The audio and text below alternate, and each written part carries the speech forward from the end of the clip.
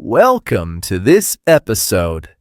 Today, you're going to practice English in a different way by listening to a story that feels natural and easy to follow. Learning English doesn't have to be boring. Sometimes, the best way to learn is simply by listening and enjoying the story. Sarah would never forget the moment she realized the man sitting across from her wasn't just a liar. He was someone she already knew. Friday night, 8 o'clock. Sarah stood outside an elegant restaurant, checking her phone one last time. This was her first date with Marcus, the man she'd been talking to for 3 weeks. 3 weeks of messages that made her heart race. 3 weeks of conversations about books, dreams, and life. After her devastating breakup 6 months ago, Sarah had sworn off dating. But Marcus had been different. He'd commented on her profile picture with a thoughtful message about her favorite book. They'd connected immediately. She'd seen his photos many times. A handsome man in his early 30s with dark hair and warm eyes. He looked kind, intelligent, exactly like the person she'd been talking to. Sarah took a deep breath, smoothed her blue dress, and walked inside. The hostess greeted her with a smile. "Good evening. Do you have a reservation?" "Yes, under Marcus Taylor." "Right this way, please." Sarah followed her through the elegant restaurant.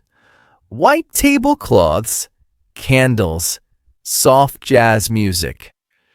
Her heart was pounding. The hostess stopped at a corner table. "Here you are." Sarah looked at the table and froze. Sitting there was a man she'd never seen before. Or had she? He looked up from his menu, and his face went completely pale. This wasn't the Marcus from the photos. This man was older, maybe in his mid-50s, with gray hair and deep lines around his eyes. But there was something familiar about him, something that made Sarah's stomach drop. "Sarah," he said quietly, and that's when she recognized him. "Mr. Peterson?" Sarah whispered. The man closed his eyes. "Oh God," he said. "I didn't know it was you." Sarah felt the room spinning. Mr. Peterson, David Peterson, her mother's colleague, the man who had spoken at her mother's funeral 2 years ago, the man who had hugged her and told her that her mother had been so proud of her.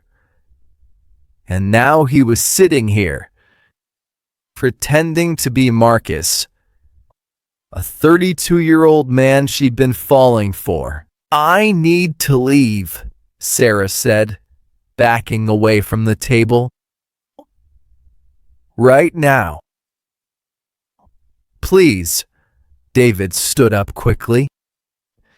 "Just let me explain. 5 minutes." "You're my dead mother's friend," Sarah said, her voice rising. "You came to her funeral.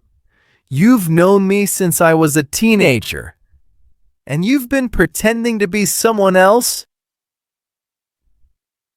"I didn't know it was you," David said desperately. "Your profile didn't use your real name. I didn't recognize you until just now." "You used fake photos," Sarah said coldly. "You lied about everything. David looked down. Not everything. Everything I told you was true except the photos and my age. My love for literature, my job, my daughter, my divorce, all real. The conversations we had were real, Sarah. Your feelings? Sarah laughed bitterly. You don't get to talk about feelings. This is disturbing. She grabbed her bag and turned to leave. Your mother and I were in love, David said quietly. Sarah stopped walking. Slowly, she turned around. What did you just say? David sat down heavily. We were in love for 3 years before she got sick. We kept it secret because we worked together. She wanted to tell you when the time was right. Sarah felt like the floor had disappeared beneath her feet. You're lying. I'm not, David said, tears in his eyes. I loved your mother more than I've ever loved anyone. When she got diagnosed with cancer, I was there for every appointment, but always as her colleague, never as what I really was. She made me promise not to tell you.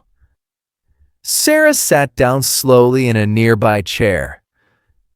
She thought about her mother's last year, the hospital visits, and yes, David had been there, often. Why didn't you tell me after she died? Sarah asked.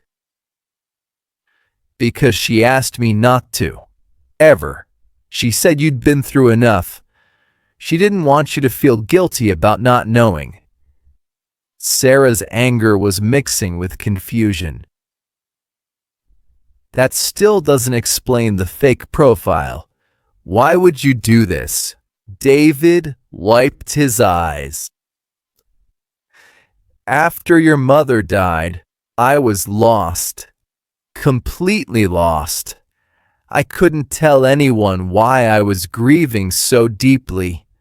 I was alone with this enormous grief. He looked up at Sarah. I tried dating with my real photos, my real age. Nothing. 6 months of nothing. I felt invisible, worthless. So you decided to catfish people? Sarah said.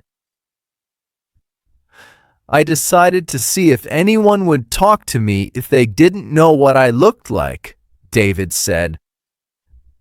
I used fake photos, but everything else was real.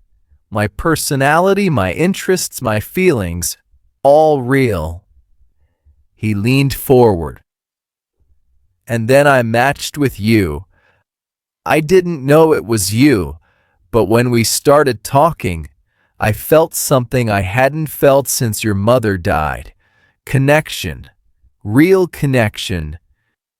Sarah felt sick. Tell me about her, she said finally. Tell me about you and my mother. The truth. David told her everything. How they'd started as colleagues, then friends, then something more. How they'd meet for coffee every morning before work. How they'd take long walks discussing philosophy and literature. He told her things about her mother she'd never known. Her secret love for terrible reality TV shows. Her fear that she hadn't been a good enough mother. Her pride in Sarah's accomplishments. Her regret that she'd waited so long to let herself be happy again. Sarah listened, and slowly her anger began to shift. Fresh grief for her mother, but also understanding. She talked about me? Sarah asked quietly. All the time, David said with a sad smile. You were her favorite subject. She was so proud of you. She used to say you got your father's determination and her stubbornness, which made you unstoppable. Sarah felt tears running down her face. I miss her so much, she whispered. I do too, David said. Every single day, Hay sat in silence for a moment. What you did was still wrong, Sarah said finally. The fake profile, the lies. Even if you didn't know it was me, you were deceiving someone. That's not okay. I know, David said.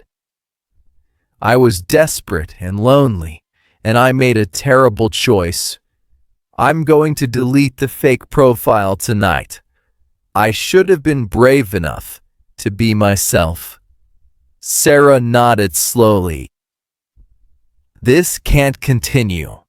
You understand that, right? This is too complicated, too connected to my mother. I understand completely, David said.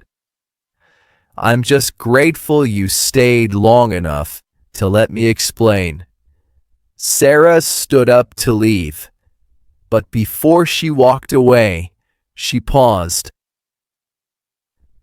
Thank you for loving my mother. Thank you for being there for her when she was sick. I'm glad she had you, even if I didn't know about it. She deserved to be loved like that. David's eyes filled with tears. She was easy to love, just like her daughter. Sarah walked out of the restaurant into the cool night air. As she drove home, her mind was spinning with everything she'd learned about David, about her mother's secret relationship, about loneliness and deception, and the complicated ways people try to connect. It had been the wrong night, with the wrong person, for all the wrong reasons. But somehow, it had given her something unexpected. A new piece of her mother's story. A reminder that everyone is fighting battles we know nothing about. 3 weeks later, Sarah received a message on the dating app. It was from David's real profile this time. His actual photo, his actual age, complete honesty. The message said, I wanted you to know I'm trying again, the right way this time. Your mother would have told me to be brave. Thank you for that lesson. Sarah smiled sadly and deleted the message. But before she closed the app, she whispered to herself, Thanks, Mom. Even now, you're still teaching me things. She took a deep breath and kept swiping. This time, looking for someone real, someone honest, someone who didn't need to hide behind fake photos to be worth knowing. Because that's what her mother would have wanted for her. If you enjoyed this story, take a moment to think about what you understood. What parts were clear to you?